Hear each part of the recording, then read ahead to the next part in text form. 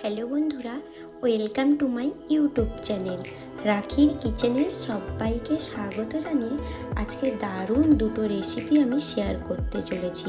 ফুটন্ত জলে কিভাবে মাছের ডিম দিয়ে দুটো রেসিপি আমি আজকে বানাবো, আপনারা কিন্তু পুরো ভিডিওটা দেখতে থাকুন। একটা আমি বানিয়েছিলাম মাছের ডিমের চাটনি। প্রথমে আমি চাটনিটা শেয়ার করতে চলেছি। তো আমি প্রথমে বলে দিই, এই ফুটন্ত জলের মধ্যে মাছের ডিম দিলে কি হয় বলুন তো, খুবই ঝরঝরে আর খুব সুন্দরভাবে হয়ে যায়।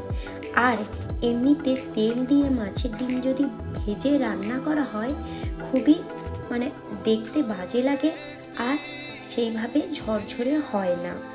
তো আমি এখানে ফুটন্ত জলে আমি নিয়েছি পরিমাণ মতো লবণ, মাছের ডিম আর হলুদ গুঁড়ো, আর নিয়েছি এক টুকরো পাতিলেবু। পাতিলেবুটা দিলে স্মেলটা মাছের ডিমের যে স্মেলটা, আষ্টে ভাবটা ওটা কেটে যায়, খুব সুন্দরভাবে লেবু লেবু গন্ধটা থাকে।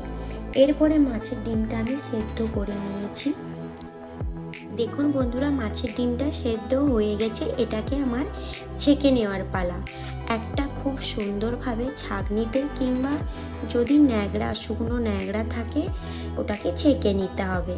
ব্যাস, দেখুন বন্ধুরা কতটা ঝরঝরে হয়ে গেছে।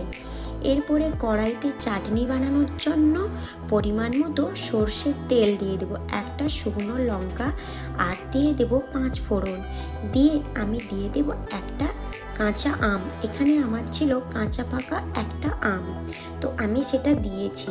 এটা আমটা ততটা টক নয়, তাই আমার এখানে বেশি চিনি লাগবে না, তাই এখানে আমার একটা কাঁচা পাকা আম ছিল, দিলাম অল্প পরিমাণ হলুদ গুঁড়ো আর দিয়ে দেবো পরিমাণ মতো লবণ। আর এটাকে ভাজা ভাজা করে নিতে হবে। সর্ষের তেলটা 2 থেকে 3 টেবিল চামচ মতো দিতে হবে, যাতে মাছের ডিমটা একটু ভাজা ভাজা হয়ে যায়। এরপরে পরিমাণ মতো জল দিয়ে এটায় আমি দিয়ে দেবো পরিমাণ মতো সুগার চিনি, কারণ এটা আমি চাটনি বানাবো।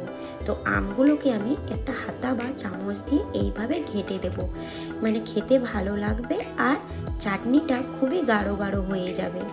ব্যাস, আমার আমের চাটনি মাছের ডিম দিয়ে আমের চাটনিটা একদম রেডি হয়ে গেছে। তো এইভাবে কিন্তু রেসিপিটা অবশ্যই বন্ধুরা ট্রাই করবেন, একবার হলেও কিন্তু ট্রাই করবেন। যদিও এই রেসিপিটা পুরানো, খুবই গ্রামের মানুষরা এই রেসিপিটা বানিয়ে থাকে, আর এই রেসিপিটা যে বানাওনি একবার হলেও কিন্তু ট্রাই করবেন। তো আমি উপর থেকে কিছুটা ধনিয়া পাতা কুচানো ছড়িয়ে দেব। তো দেখতে যেমন ভালো লাগছে না, খেতে কিন্তু দারুণ স্বাদের। এইভাবে কিন্তু যখন রেসিপিটা বানাবেন, মাছের ডিমটা কিন্তু ভেজে নেবেন না, এইভাবে ফুটন্ত জলে ডিমটা দিতে হবে। ব্যাস, রেসিপিটা একদম রেডি হয়ে গেছে। নেক্সট একটা রেসিপিতে এরপরে চলে যাব। তো দেখুন, আমি ভালোভাবে আপনাদের দেখিয়ে দিচ্ছি ঝরঝরে হয়েছে মাছের ডিমটা কতটা। অবশ্যই বন্ধুরা রেসিপিটা বানিয়ে আমাকে কিন্তু কমেন্টে জানাবে। চলুন বন্ধুরা নেক্সট রেসিপিতে চলে যাই। বাকি ডিমগুলো আমি একটা রান্না করে নেব। তো আমি এখানে ঝুড়ো মাছের ডিমের কষা বানাবো। তো চলুন, আমি এখানে নিয়েছি 1 কাপ মতো সর্ষের তেল রেসিপিটা বানানোর জন্য, আর নিয়েছি একটা শুকনো লঙ্কা, তেজপাতা, আর গ্যাসের ফ্লেমটা কিন্তু আমি অল্প আঁচে করে রেখে দেবো, মিডিয়াম। 1 চামচ গোটা জিরে, 1 চামচ রসুন বাটা, 1 চামচ কাশ্মীরি লঙ্কার গুঁড়ো, 1 চামচ ধনিয়া গুঁড়ো, 1 চামচ জিরে গুঁড়ো আর হলুদ গুঁড়ো দিয়ে এটাকে তেলে কিন্তু ভেজে নিতে হবে। কেন বলুন তো, কালারটা দারুণ আসবে আর স্মেলটাও দারুণ আসবে। আর এখানে আমি নিয়ে নেব 3 থেকে 4টা মতো পেঁয়াজ কুচানো, আর পেঁয়াজটা ভালো করে ভেজে নিতে হবে। আর দিয়ে দেব পরিমাণ মতো লবণ, আর মশলাটার সঙ্গে পেঁয়াজটা ভালো করে কষিয়ে নিতে হবে। এরপরে কষানো হয়ে গেলে অ্যাড করব আমি ওই যে মাছের ডিমটা সেদ্ধ করে রেখেছিলাম ওইটা, আর ওই তেলে আর মশলার সঙ্গে নাড়তে নাড়তে ডিমটা কিন্তু ভাজা হয়ে যাবে। ব্যাস, ডিমটা ভাজা হয়ে এলে অ্যাড করব একটা কুচিয়ে রাখা টমেটো। আবারও কিন্তু টমেটো দেওয়ার পরে কষাতে হবে 5 মিনিটের জন্য, মিডিয়াম আঁচে কষাতে হবে। আর দিয়ে দেবো 3 থেকে 4টা মতো ছেঁড়া কাঁচা লঙ্কা। তো এটা আমার কষানো হয়ে গেলে এতে দিয়ে দেব পরিমাণ মতো জল, প্রায় 2 থেকে 3 কাপ মতো জল দিয়ে দেব, কারণ এটা একটু ফুটতে দিতে হবে। তার জন্য না ফুটে এলে খেতে ভালো লাগবে না, আর আঁশটে গন্ধটাও চলে যাবে। যেহেতু আমি এখানে ভেজে নিয়েছি আর আঁশটে গন্ধটা নেই। এরপরে আমার রান্নাটা রেডি হয়ে গেছে। উপর থেকে কিছুটা ধনিয়া পাতা কুচানো দিয়ে দেবো, ব্যাস একদম পরিবেশন করে দিলাম।